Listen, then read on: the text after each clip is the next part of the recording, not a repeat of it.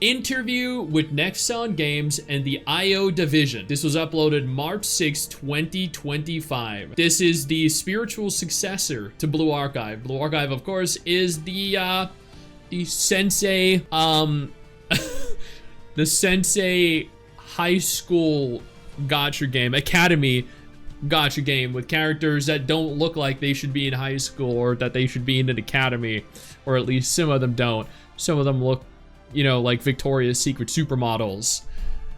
Evidently the developers are really playing with our emotions there, but the interview was uploaded to YouTube. I actually did navigate onto YouTube myself to see what this was all about, and it's essentially three dudes just talking. And that's all well and good, but I think the most important part of all of this was the image that was supplied here specifically, that was also posted over here. And thankfully on the Project RX game subreddit, someone did do a TLDR, apparently using machine translation to go over everything concerning Project RX that was discussed. So I'm gonna go ahead and go through this bit by bit. Green Archive, yeah, it's definitely, it's called Project RX, so realistically it's probably, you know, Red Archive, judging from the R. The new game Project RX was created by people who love and are passionate about subculture. Some Blue Archive team members are also working on this game. That's good to hear, but also concerning because that means there are less people technically working on Blue Archive, unless they took people from Blue Archive's team, put them into the Red Archive team, and then put new members into the Blue Archive team to supplement the loss of members. You know what? Blue Archive has been in a decline over the course of the last year either way, as noted by Nexon themselves, so I feel like that's okay. Their target is to create a world where players can immerse themselves and live along with Bishoujo. Bishoujo. So if I recall, Bishoujo are the like magical girls, right? Okay, I gotta Google this to make sure. Bishoujo is a Japanese term that means beautiful girl. Oh, beautiful girls. What am I thinking of? Oh, I'm thinking of shoujo, like Maho Shoujo is a magical girl. Okay, so beautiful girls, not magical girls. So basically it's a game where you can live alongside beautiful girls. Okay, we're off to a great start here.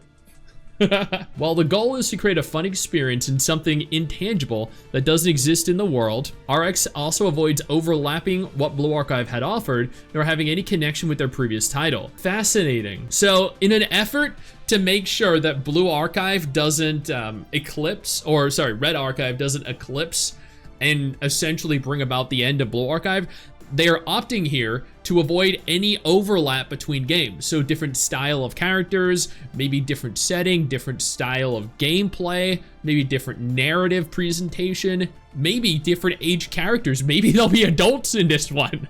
Instead of like a high school or an academy, they'll be in a college. Okay, I'd be okay with that. It also has no connection with their previous title, unlike the Honkai games, which are very loosely connected. Youngha claims that having that connection is dangerous, and a game with a strong connection to Blue Archive will end up being called another Blue Archive sequel. Oh shit! I've been referring to this as Blue Archive 2. Oh god, they know what's gonna happen.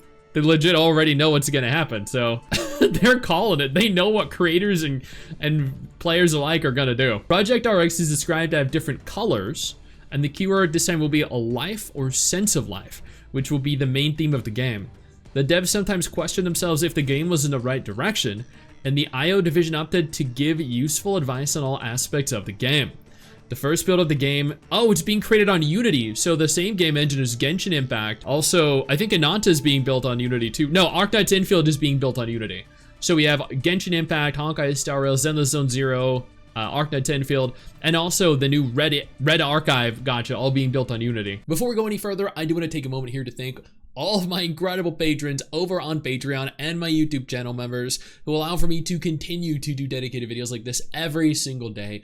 You guys are absolutely phenomenal, and I genuinely cannot thank you all enough for the support. The first build of the game on Unity was nearly finished to be marketed, but the team decided to switch to Unreal Engine 5, not only for the sake of better quality response, but also because Nexon Games is already more familiar with Unreal Engine 5 development pipeline. Oh, Red Archive was being made on Unity, but they've decided to recreate it in Unreal Engine 5, so the same engine that Wuthering Waves is using. Okay, that's much better, much better, much better. I mean, it's probably not gonna perform as well, but it's gonna look so much better. The change is a natural progression, not because the team is incompetent with Unity, is they have a lot of talented members who can make out the most of what Unreal Engine 5 has exclusively offered. Right now, the team are satisfied with the current state of the game.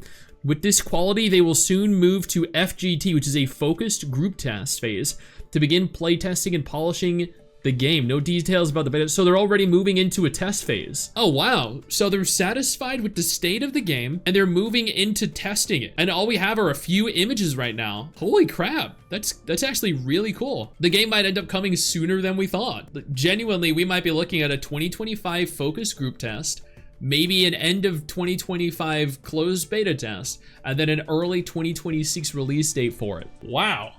And this way, they'd also avoid having to release alongside Arknight's Enfield, Azure Premilia, probably Do at Night Abyss, Ananta, Chaos Zero Nightmare. Because 2026, we don't really know what's coming yet, or what it's really going to encompass yet, so I think 2026 might be the year for Red Archive. What is the genre? Very important.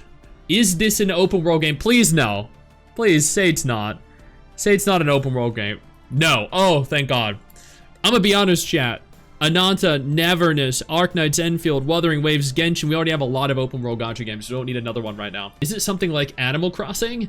No. Okay, good. So they're not going to be competing with Hoyo's upcoming Astaweave Haven game. Something like Mabinogi, since they're already working on Mabinogi Mobile. Also, nope. Okay, this is also good. Bruh, then what is it then? We'll pour a lot of resources and time anyway. We still don't know the genre. Okay, so we actually have no idea what genre the game is going to be.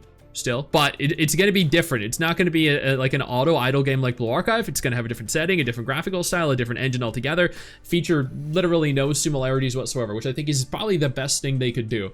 Because at the end of the day, what we don't need is the same game just reskinned.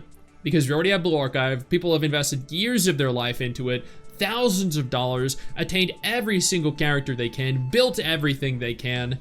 They don't want to move on to another game that is the same game, just looks slightly more updated. At least that's how I feel. I don't know, maybe you guys think differently? Genuine question though, are you guys happy, or are you guys okay with abandoning everything that you've acquired, attained, and achieved over several years to play the same game but slightly better graphics? Like if Genshin released a new Genshin Impact game, but that Genshin Impact game just had better graphics, and you've spent 3, 4, 5 years in Genshin, would you just abandon Genshin and move on to that game? You just want it to be entertaining? I think, yeah, same here. I think at the end of the day, what is most important is for a game to be engaging, to captivate you, and to retain your attention. That's it. You know, it doesn't have to have the best story, it doesn't have to have the best gameplay, it doesn't need to look the best. Because let's be honest, it's gonna be difficult to have better gameplay or look better than Wuthering Waves in 2025. Maybe 2028, 2030, sure, but not right now, not this year. So it doesn't need to look as good, play as good, or, you know, have as good a narrative. As long as it is good overall, that it's gonna have a player base, it's gonna have a niche, a demographic that it's gonna target, that is gonna be happy and satisfied with. Hey, where do you think you're going? I see what you're doing there. I see you navigating on over, scrolling on over to that X button. Don't you dare. What I need you to do is take a moment and click one of the videos that are about to appear as soon as I'm done talking. And trust me, you're gonna want it.